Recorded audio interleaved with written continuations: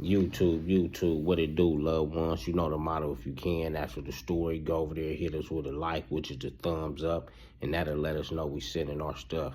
Today we on the edge with BJ APB, and we finna talk a little about 1985 era, leading up kind of to like the DJ scratching era, and what effect did that have on regular civilians and homies and your telephone in the number will be same monitored and recorded. token.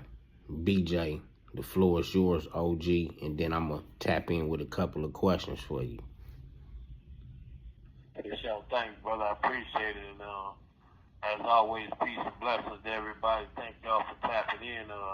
Today's story is dedicated to those that not here to, be with us, and those that lost their lives back in '85. In 1985, it was like the birth of a new era. It was like the beginning of the next generation to come. And what went on in '85 was mostly at the beginning of it, you had break dancing and pop locking was a big culture. And then you had the New York rappers. There was a lot of conscious rappers then. Gangster rap wasn't really mainstream then. So you didn't really hear no gangster rap unless you bought it out of the trunk of somebody's car. So a lot of us back then was locked into Run DMC, Big Daddy Kane, B.S. Markey, Dana Dane, them was the people we listened to back then, Marley Marl, African Bambaataa, and all them cats. And as we was listening to them, we adapted their style, which was become, wearing Adidas suits, Sergio Tacchini suits, Guess suits, Louis Vuitton suits, and we were wearing with shell top Adidas, with just some regular strings that they came with. Then people would wear Kango hats, Run DMC glasses, or some gazelles. And then you had people just as far as the hairstyle, you had people wear Jerry curls was the main thing back then, Jerry curls, and then you had the flat tops, with the ducktail in the back. Everybody had their own little. This call and your telephone number will be monitored and recorded. Then they had the big old Turkish chains back then, the Turkish ropes, and then you had some people was wearing bombers. They had this coat. It looked like a fur coat. It had a fur hood, looked like a bunch of squirrel on the top. People used to wear them, and them was a little expensive back then. $275 was a lot of money back then. So the dudes that had them, we used to look at them as the ballers. So when all that was going on, what made it popular with us was we could go anywhere.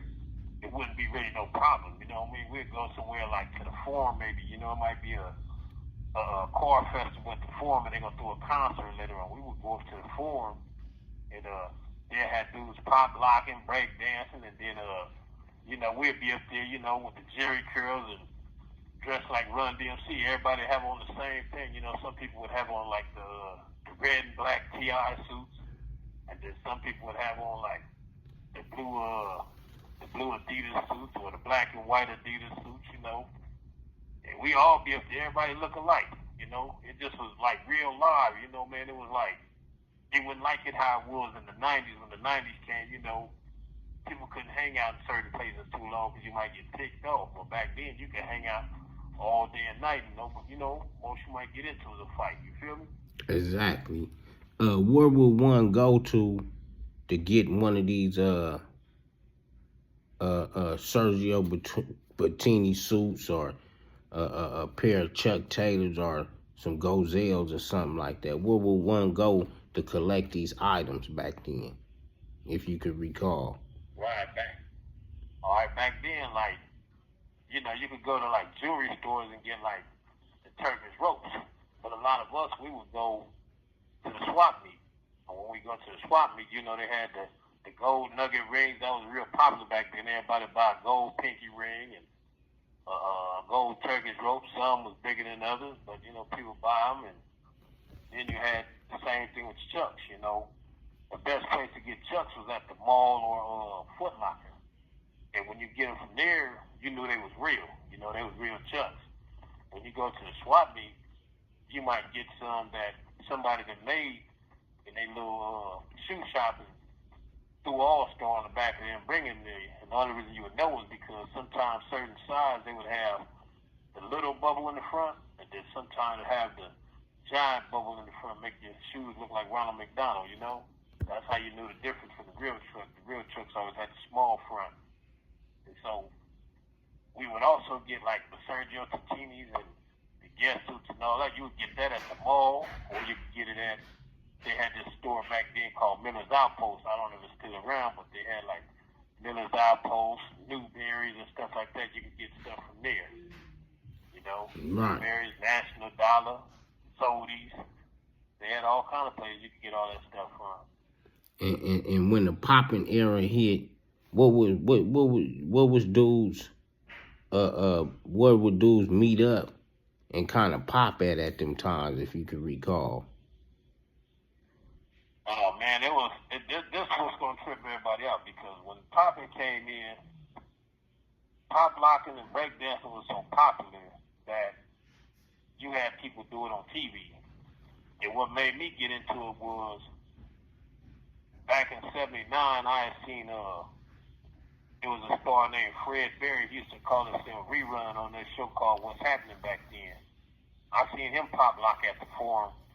It was like '79 or '80. He was with a pop locking group called the Rockers. And when I seen him get down, that made me start like wanting to do it, because I was always a big dude, you know, like chubby or whatever. So seeing him get down, that made me know I could get down. Like, man, he's big, I can get down. So I started like practicing, and as I practiced, popping helped a lot of us back then, because a lot of times we would go somewhere. Like one time we went to Mona Park school, what's that, Ralph Bunch. We went to Ralph Bunch from Vanguard. We took a trip there. And pop locking and breakdancing was kept us from getting into a big old melee, because we was finna get into a melee, and when we were leaving, some dudes from Mona Park just started popping on us, popping and breaking on us, and we started doing it, and next thing you know, we going at it, and we kicked it and went on about our business, you know? Right. Back then, it was like breakdancing and pop locking was like a real big culture, and like we would meet up at schools, and then sometime like after school, we might come to your garage and kick it, and we'll leave your garage and go to A&PM or one of these supermarkets. They got cardboard in the back. We'll go back to about a trash can, grab a gang of cardboard what we need, take it to the backyard, put it all down on the concrete everywhere, so we'll have places to get down at. You know, you have some people over here practicing windmills, which was the one you see them spinning like a top. Then you have some people doing back spins. You have 60 seconds remaining. Over to the cut, practicing they locking, you know what I mean? Right. They locking and ticking. Right. Hey, we're gonna come back I'll be right with back. a part 2 on this, man. Yeah.